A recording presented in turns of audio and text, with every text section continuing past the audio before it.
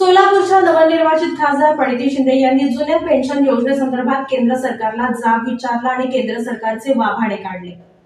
जुन्या पेन्शन योजनेबाबत काँग्रेसच्या खासदार प्रणिती शिंदे यांनी केंद्र सरकारला जाब विचारला। राज्य केंद्र सरकारतील सरकारी कर्मचाऱ्यांना जुनी पेन्शन योजना सुरू करण्यासाठी सरकारची काही योजना आहे का, असा प्रश्न प्रणिती शिंदे यांनी संसद सभागृहातील उपस्थितीदरम्यान विचारला।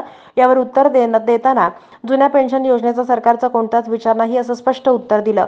त्यामुळे अनेक वर्षापासून जुन्या पेन्शन योजनेबाबत आक्रमक असलेल्या सरकारी कर्मचाऱ्यांची निराशा झाली आहे। यानंतर खासदार प्रणिती शिंदे पत्रकारांशी बोलताना म्हणाल्या, कर्मचाऱ्यांना जुनी पेन्शन योजना सेवानिवृत्तीनंतर द्यायचे, पण सरकार आर्थिक बोजा वाढेल असं कारण सांगून जुनी पेन्शन योजना टाळतंय।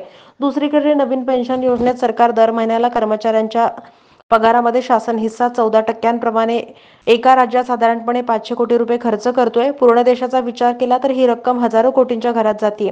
हे सगळे पैसे शेअर मार्केटमधून उद्योगपतींना जातात।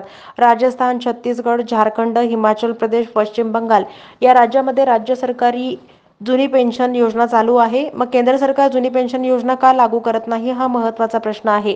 देशाच्या रक्षणासाठी बलिदान देणाऱ्या सीआरपीएफ जवानांना पेन्शन नाही, पोलिसांना पेन्शन नाही, कर्मचाऱ्यांना पेन्शन नाही। केंद्र सरकार सध्या न्यू पेन्शन स्कीम राबवत आहे, ती हिताची नसून केवळ उद्योगपतींना पैसे देणारी आहे। कर्मचाऱ्यांच्या पगारातून 10% आणि सरकारचे 14% असे एकूण 24% रक्कम शेअर मार्केटमध्ये टाकली जाते। याचा उपयोग ना सरकारला आहे ना कर्मचाऱ्यांना, याचा उपयोग फक्त उद्योगपतींना होतोय। त्यामुळे कर्मचाऱ्यांना हवी असलेली जुनी पेन्शन योजना सरकारनं द्यावी। केंद्र सरकारकडे अनावश्यक असलेले उद्योगपतींच्या कर्जमाफीसाठी 16 लाख कोटी रुपये, जाहिरातबाजीसाठी हजारो कोटी, कॉर्पोरेट कर 27% 22% आणून उद्योगपतींना फायदा करण्यासाठी पैसे आहेत। नवीन संसद भवन, अनावश्यक प्रकल्पासाठी पैसे आहेत, मग कर्मचाऱ्यांसाठी पेन्शनसाठी पैसे नाहीत का, असा सवाल खासदार प्रणिती शिंदे यांनी उपस्थित केला असून केंद्र सरकारचा निषेध केलाय।